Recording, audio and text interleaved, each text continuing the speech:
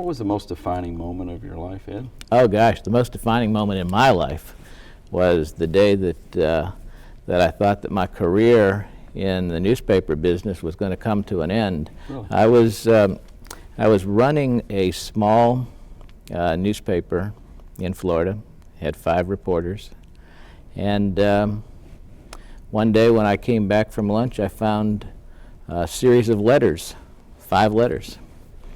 And each of the letters indicated what a poor manager I was. Wow. How I was a terrible boss, how I was overbearing and didn't quite understand what I was doing.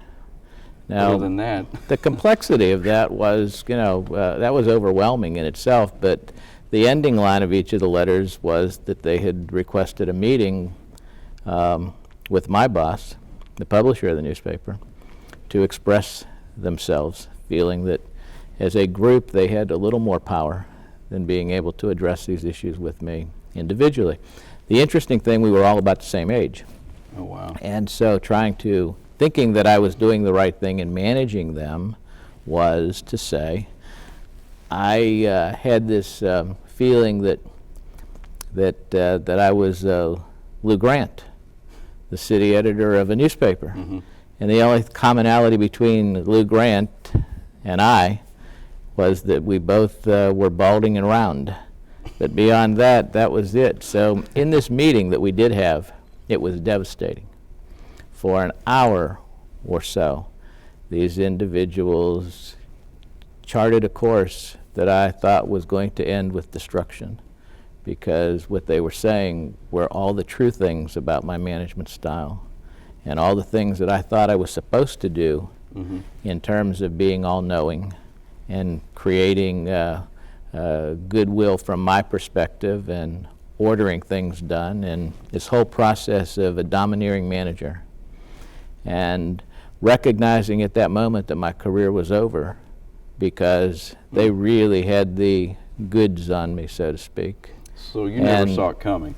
No, because I thought that's what you were supposed to do. I thought that wisdom came with title, when in point of fact, it doesn't.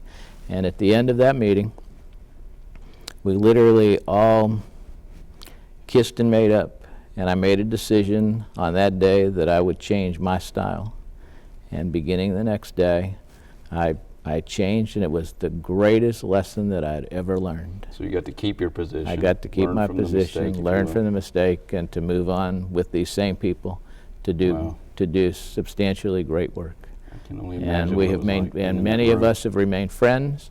One of the people I was able to fire and shake hands at the end of the time that it occurred because of a lack of performance, and the others and I have maintained our friendship for, gosh, more than 30 years. It's a beautiful story, because that's leadership at its very basic core to me. To see it, readjust, and move on. I think that's the most important aspect. Wow.